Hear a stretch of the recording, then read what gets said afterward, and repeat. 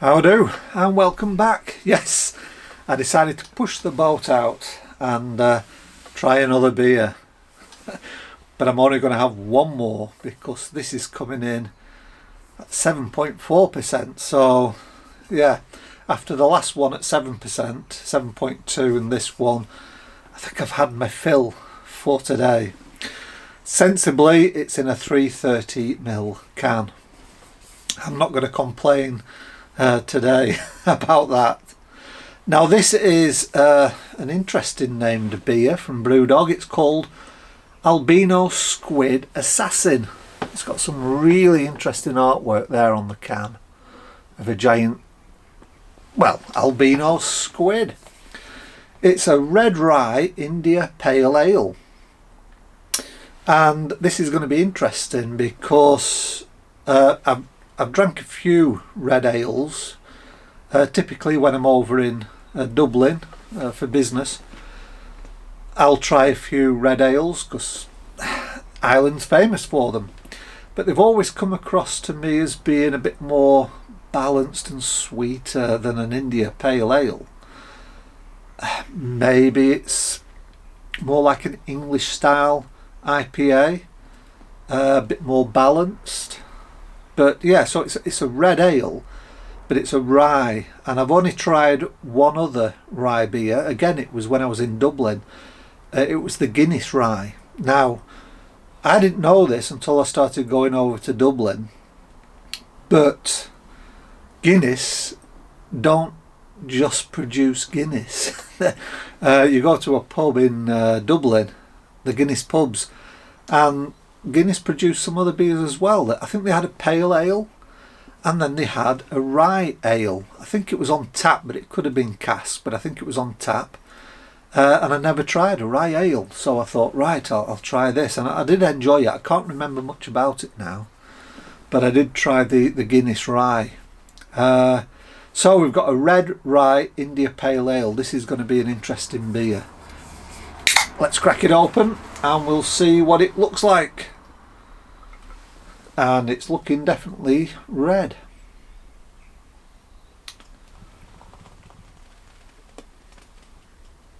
Oh, bit too vigorous a pour there, but yes, definitely red, hazy. Nice deep sort of amber colour, like an English ale actually. Off-white, thick foamy head. It looks very nice in the glass. What about the aroma? I'm not picking up much, probably because of the size of the head. I've checked the date on this one. I didn't want to spill any more beer. It's 2023 again, so I think they all are. I think they're all in date. It's fine. Malty. This is malty. I'm not really picking up any hops from this at all. Yeah. Doesn't smell sweet though. It's got a dry smell, if that makes sense. But it's malt forward. So it may be, with being an IPA, it's more like your English style as opposed to the American style. No alcohol on the nose, which for a 7.4% beer is good. Right, so it's a malt forward aroma. Let's take a taste. Cheers.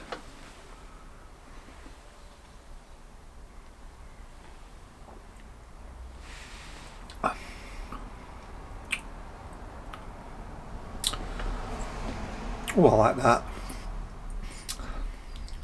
It's a nice hop. There is a nice hop there, but it's not a hop bomb.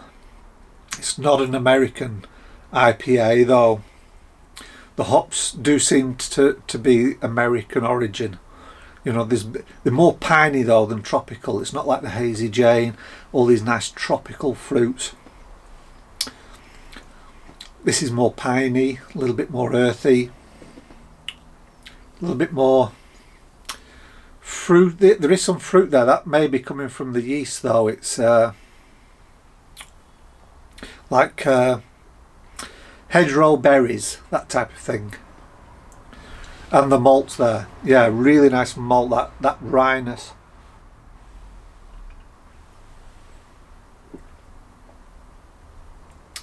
If wryness is a word. Nice sweetness to it. There's a different mouthfeel that must be coming from the rye. Nice and dry on the back, and they've used bittering hops in this, and there's a nice bitter finish at the back end. I might brew I might brew a rye beer for me book after tasting this. I might brew a red ale too. That is a really nice beer. I haven't checked to see if it's in the version of their DIY beer book. I hope it is, because I won't mind making this myself. This is a really nice beer.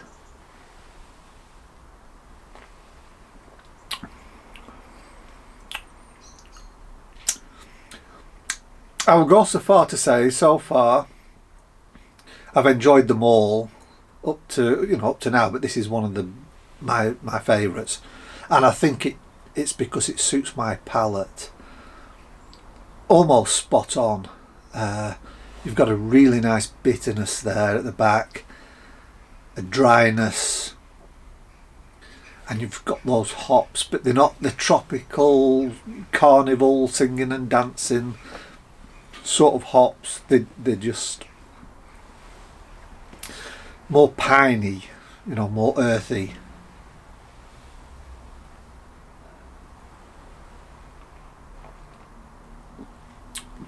Oh, I'm going to see if they've got the recipe online for this.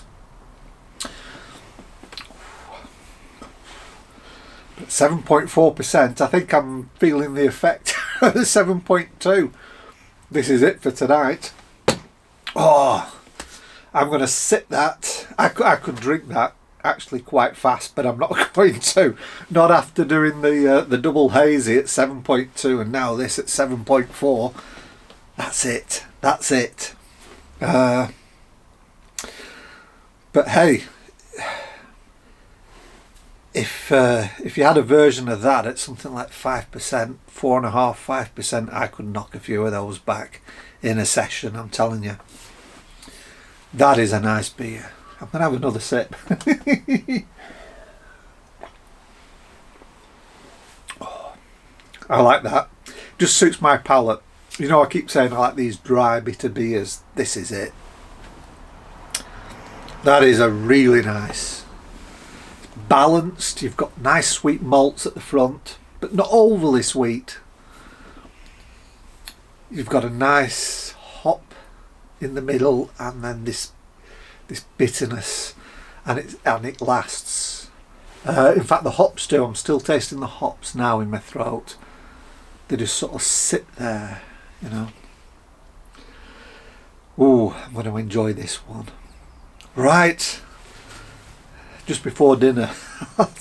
I'll see if I can down it before I go in. Anyway, thanks for watching. It's been a pleasure, and as always, I'll see you again in the next video. Bye bye for now.